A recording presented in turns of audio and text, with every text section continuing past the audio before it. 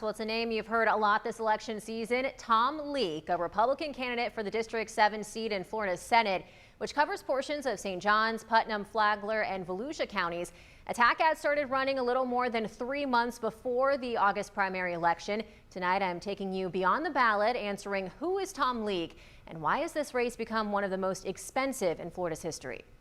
I don't think any other state race has been like this state race. Current representative in Florida's 28th House District, Tom Leek, is hoping to clinch the Republican nomination for Florida's 7th Senate District in just under 2 weeks. Leek has been a member of the Florida House of Representatives since 2016. Living in Ormond Beach, she also works as the chief legal officer of an insurance brokerage firm. Leek says part of the reason he's running for the District 7 seat is to continue working on solutions to the property insurance crisis in the state. The next thing that we need to do is we need to do a better job of making sure that those insurance companies are responsive to the consumers. And I think that's where there's a lot of opportunity and things that I hope to address going forward.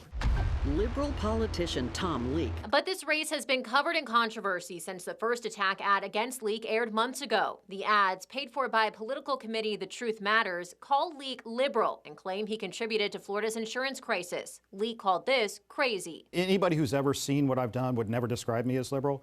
And if you look at the folks who have endorsed me that I've worked with, whether it's Governor DeSantis or Senator Rick Scott, you know, there's no way that any of them would endorse somebody who was liberal. That's just, quite frankly, fabricated. The money paying for the ads is mostly coming from lawyers. The Truth Matters was created by a lawyer who works in the same law firm as Leek's opponent, David Shore. I reached out to the Truth Matters for more information on why they are so against Leek, but I have not heard back. Leek believes he is being targeted because of the tort reform the legislature passed last year. We beat back some of the frivolous lawsuits, and now they're grasping for relevancy, and they're willing to spend anything it takes to buy a seat in the Florida Senate. Despite the barrage of attacks, Leek still plans to be out in the district over the next week, making his final push to voters ahead of primary election day. We meet the people where we are, we knock on doors, we go to events, and we're doing everything that you're supposed to do to win a race like this.